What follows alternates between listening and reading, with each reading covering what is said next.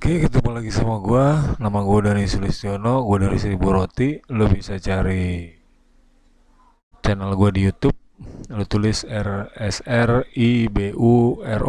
tulisannya nyambung. Eh, jadi udah seminggu ini gue lagi mikir mau usaha apa lagi karena satu tahap demi tahap mulai beres. Ya alhamdulillah berkat roti juga, berkat para pembeli juga, berkat yang donasi juga. Sekarang ke depan gue lagi bertimbang udah seminggu ini apakah gue uh, menyelesaikan urusan gue yang satu lagi dulu, yang gue nanti pengen ngomong ke orang-orangnya, atau gue paralel sambil gue nyari usaha apa gitu yang bisa mempercepat proses ini gitu. Karena ya lo bisa tahu bahwa COVID masih hampir udah mau dicabut semua aturannya, tapi gue masih belum tahu industri apa yang udah bisa jalan, karena gue pengennya begitu jalan ya sudah bisa menghasilkan uang gitu. Jangan sampai gue spend, gue ngeluarin duit tapi duitnya nggak balik gitu karena usahanya nggak bisa jalan. Artinya udah gue iklanin tapi nggak bisa dieksekusi. Balik lagi ke soal perang. Jadi kemarin yang pertama gue udah jelasin pelajaran pertama dari perang yaitu forex dan saham. Pelajaran kedua yaitu emas. Yang ketiga adalah ekspor. Jadinya tadinya dengan bangganya biasanya gue memang lebih suka dan gue lebih cenderung untuk uh, membiasakan kalimat ekspor impor, khususnya ekspor, karena logikanya sederhana, kita belinya rupiah atau bikinnya rupiah tapi jualnya dalam bentuk mata uang asing, entah itu dolar lah yang umum ya, pound sterling dan lain sebagainya. Nah, kita bahas dulu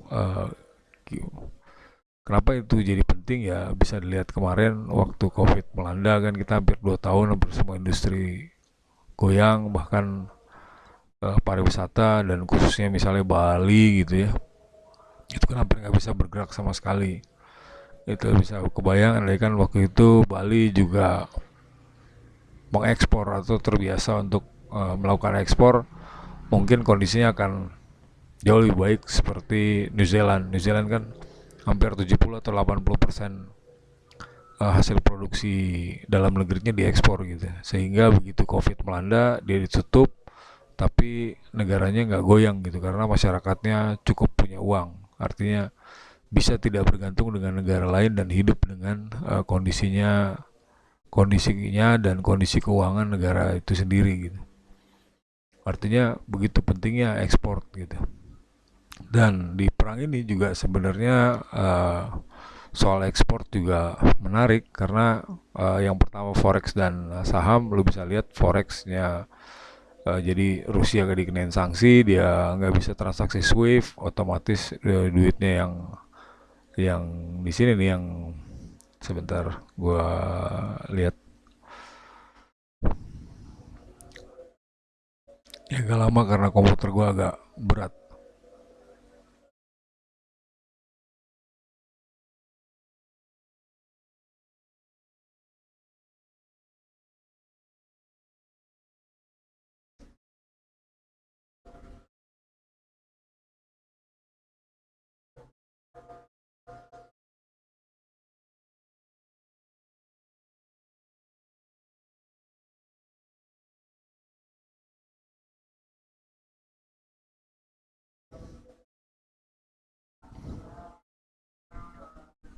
Ya jadi seperti yang kemarin, jadi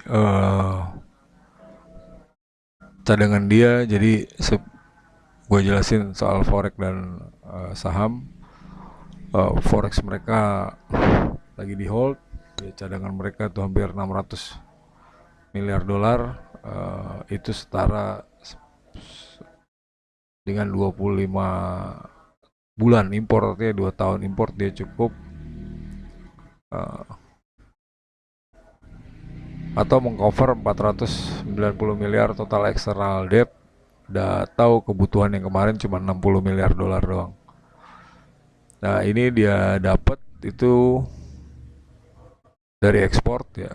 Ya, triknya caranya dari sini. Jadi eh, Rusia beli mata uang asing saat harga minyaknya bagus, dan dia jual mata uang asing saat harga minyaknya turun lebih rendah dari 44 barel. Itulah yang membuat dia bisa punya cadangan devisa atau foreign reserves sebanyak 600 miliar dolar. Dan itu juga yang bikin dia punya uh, hutang di bawah 20% dari GDP dibanding Indonesia yang sekarang sudah 40%. Terus kita juga cuma bisa nalangin 10 bulan impor. Ya tapi udah jauh lebih bagus. Artinya ekspor tuh penting karena ya logikanya adalah lu bikin rupiah, lu bikinnya dalam bentuk rupiah, tenaganya rupiah, lu jual dalam bentuk mata uang asing. Itulah pentingnya ekspor. Dan kenapa perang ini bukan cuma perang persenjataan ya, selain minyak kan dia punya senjata, artinya dia menguasai 30% atau mengekspor 30% senjata di seluruh dunia. Ya, jadi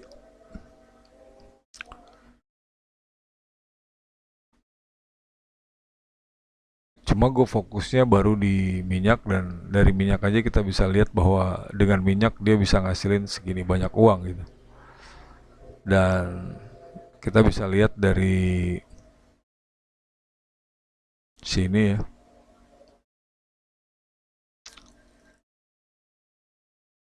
10 negara produsen minyak. Yang pertama adalah Amerika, yang kedua Arab Saudi, yang ketiga adalah Rusia. Jadi perang ini ada, lu ditekan forexnya, swiftnya, harga saham lu anjlok, ya kan, mata uang lu jeblok, ya kan. Tapi ada banyak faktor, dan salah satunya khususnya yang paling penting yang juga jadi senjatanya Rusia adalah minyak. Ini daya tawar mereka yang luar biasa. Lo bisa lihat sehari dia bisa uh, nambang itu atau memproduksi 10,7 juta barel, atau gampangnya biar lu nggak bingung barel, karena barel satuan nih mata satu asing ya, kita gampangnya 10,7 juta liter lah sehari. Dan 50% dari ini diekspor. 50% ya, tolong diingat-ingat karena ini ada hubungannya nanti dengan pembahasan gue selanjutnya. 50% dari ini diekspor. Lo bisa lihat di sini.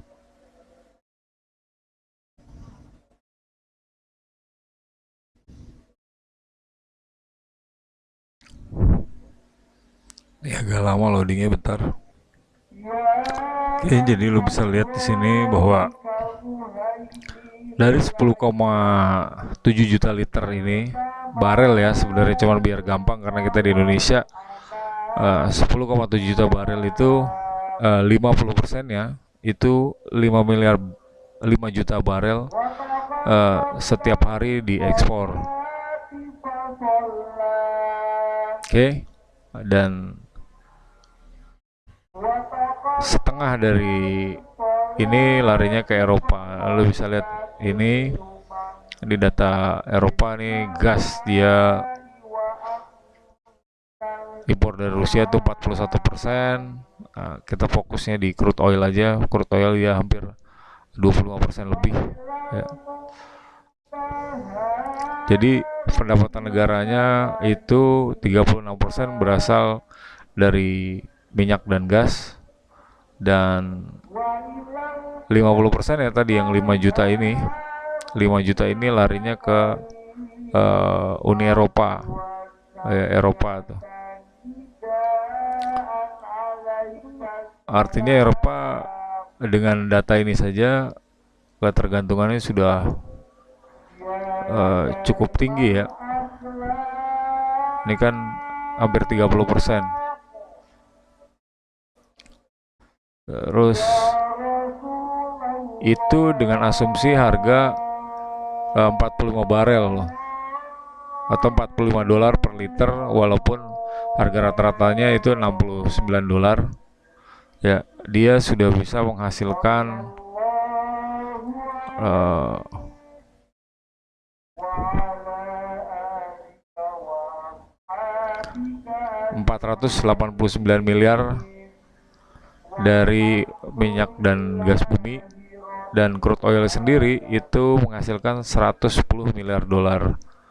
Artinya dari yang 5 juta tadi atau 10 juta tadi itu menghasilkan 5 juta ini karena ekspornya ya. Ekspornya itu menghasilkan 110 miliar dengan asumsi 45 dolar per liter. Sekarang bisa bayangin, gara-gara tekanan perang, mata uang mereka ditekan, mereka walaupun cadangannya 600 miliar dolar dan begitu tuh cabut gua rasa pasti balik lagi ke kondisi normal. Dengan asumsi 45 dolar per barel, mereka bisa menghasilkan 110 miliar dolar. Ya, asumsi negaranya kan 45 barel. Nah, sekarang harga dolar sejak perang, harga minyak sejak perang, crude oilnya saja itu sudah 100, artinya 2 kali lipat dari apa yang mereka targetkan. Jadi bisa jadi tahun ini crude-nya saja, nih crude oilnya saja bisa 220 miliar dolar, hanya gara-gara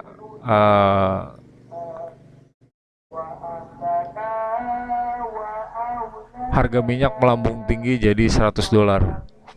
Ya, ini belum mata uangnya yang melemah. Mata uang melemah berarti kan belanjanya lebih murah tapi jualnya jauh lebih mahal. Itulah pentingnya ekspor. Cuma tadi ya, posisinya jangan sampai lupa nih, ini ada 10 juta dan kemungkinannya adalah 50%-nya untuk, gue belum cari datanya, tapi ada kemungkinan 50%-nya untuk penggunaan dalam negeri atau sebagian diekspor ke negara lain. Artinya mereka 3 besar di dunia, setengahnya dijual, bisa menghasilkan dengan harga patokan 45 dolar, terus tiba-tiba melonjak jadi 100 dolar, itu bisa menghasilkan 110 miliar dolar. Nah, apa hubungannya minyak dengan kita? Sebenarnya ada yang bagus, cuma jadi ambigu adalah sekarang kita krisis minyak ya, kita krisis minyak goreng. Lu bisa bayangin, gue tadinya sih nggak begitu tertarik amat, tapi begitu gue tulis nih,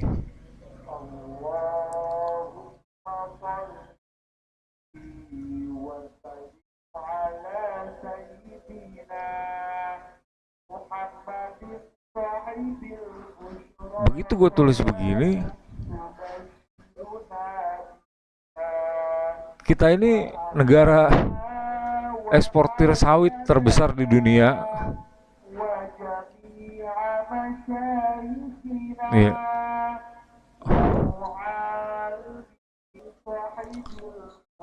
Kita ini eksportir sawit terbesar di dunia dengan nilai ekspor mencapai 17,36 miliar atau sekitar 300 triliun, tapi kita nggak punya minyak gitu. Sementara Rusia punya minyak, 50%-nya dijual, 50%-nya mungkin sebagian buat dalam negeri. Nah, kita ini ekspor 317 miliar, itu kalau 20 miliar dolar aja sekitar 300 triliun. 300 triliun itu kalau dihitung ya, itu sama dengan 30 miliar liter minyak sawit ya. Ini diulang nih, kurang lebih sekitar gitu. Misalnya asumsinya 10.000 aja, kita bicara 1 juta ya. Nah kan ini kan 300 triliun, kita 1 juta dibagi 10.000 dengan asumsi minyak 10.000, berarti per 1 juta ada 100 liter. Nah sekarang kalau 1 miliar kan berarti kali 1.000, ini 1 miliar ada 100.000. Sekarang kalau 1 triliun kali 1.000 lagi, berarti ada 100 juta ya. Kalau 300 triliun ini kali 300 nih, ada 30 miliar liter minyak yang diekspor, tapi kita kekurangan minyak gitu ya. Sorry karena ajan, gua pause dulu, nanti kita lanjut lagi. Ya ini ironi sih. Jadi ironisnya adalah kita eksportir terbesar di dunia dengan nilai 300 triliun setahun ya. Yang itu kalau tadi kita pakai patokan 10.000 itu setara dengan 30 miliar liter minyak, yang penduduk kita cuma 270 juta ini atau 300 juta jiwa. Yang kalau pakai asumsi 15.000 berarti 15 miliar liter minyak ya. Ini gue belum lihat harga CPO-nya di bursa, yang nilainya kalau pakai dolar ini 1/5 dari nilai ekspornya minyak buminya atau crude oilnya Rusia, yang 30%-nya lari ke Uni Eropa dan 50%-nya yang diekspor. Dari 10 juta diekspor 5 juta. Masa kita eksportir terbesar ya nggak bisa gitu memenuhi kebutuhan dalam negeri gitu. 30 miliar liter dalam negeri kagak ada minyak. Ini gue jadi bingung gitu. Tadinya gue gegap gempita dan sangat-sangat bersemangat untuk ekspor, tiba-tiba iya ekspornya bagus nih di minyak, tapi buat lokalnya nggak ada gitu. Kayak apa ya rasanya, kayak ya mungkin makanya gue kasih judul mungkin ekspor nasionalis lah, kayak Rusia. Maksudnya lu boleh ekspor gitu kan, tapi dalam negerinya cukup gitu. Ini kan enggak. Oke, sekian dari gua. Nama gua Dani Sulistiono. Semoga bermanfaat dan semoga membuka mata para pengambil kebijakan.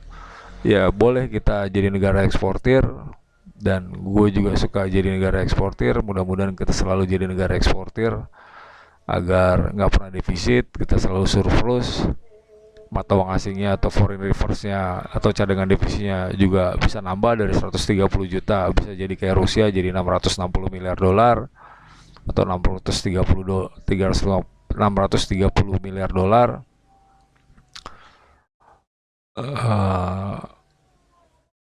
Ya kita bisa memaksimalkan apa yang kita punya gitu, karena nggak masuk akal aja kita eksportir terbesar, sawit terbesar di dunia nggak punya minyak gitu. Oke, jangan lupa subscribe, nantikan lagi video gue yang selanjutnya. Gue juga sambil mikir mau bisnis apa yang bagus, yang bisa maju ke depannya. Udah 1 minggu ini gue belum kebayang. Kalau lu punya ide, silahkan tulis di kolom komentar. Gue masih belum tahu apakah gue balik lagi jadi IT, atau gue main di software lagi, atau jasa bikin web, atau digital marketing. Gue belum tahu. Kalau lu punya ide, silahkan tulis di bawah. Terima kasih atas sarannya. Nanti gue pertimbangin. Assalamualaikum warahmatullahi wabarakatuh.